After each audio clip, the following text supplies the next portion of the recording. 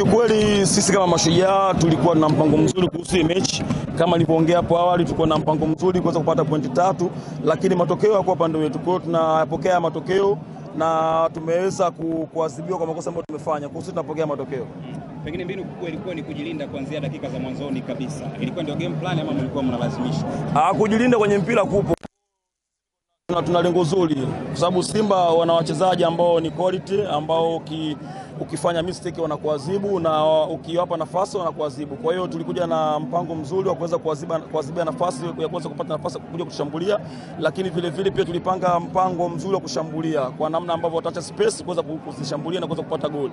Kama ulivyoona goli la kwanza tumepata kwa njia hiyo, lakini vile vile pia niseme wote tumekubali matokeo. Sintofahamu ilikuwa ni kubwa kwenye benchi la ufundi. Pengine kuna kitu ambacho mlikiona kiendi sawa kiwanjani?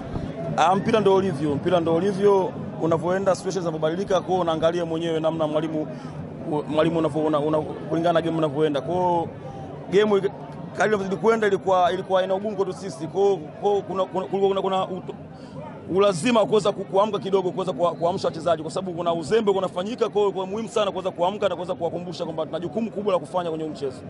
Mwalimu, kuna taarifa kama mliahidiwa milioni 100 kushinda, ndio zimeongeza chachu ya ushindani wa mechi.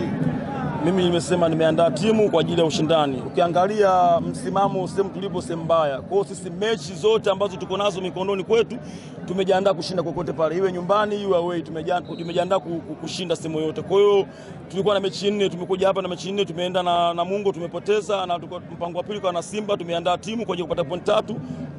Tumeshindwa kupata point 3. So sasa focus tuko nayo ni mechi ya away nyingine na Kagera. Kwa hiyo sasa hizi akili zote za walimu wachezaji sisi tupo Kagera sasa na wasa tunapata point 3. So sisi tunaandaa timu kwa ajili ya ushindani kupata point 3. Tunazitaka point 3 kwa sababu nafasi iliyopo sio nzuri. Unataka kujutia kwenye mchezo wa leo? Sina cha kujutia. Asante. Haya.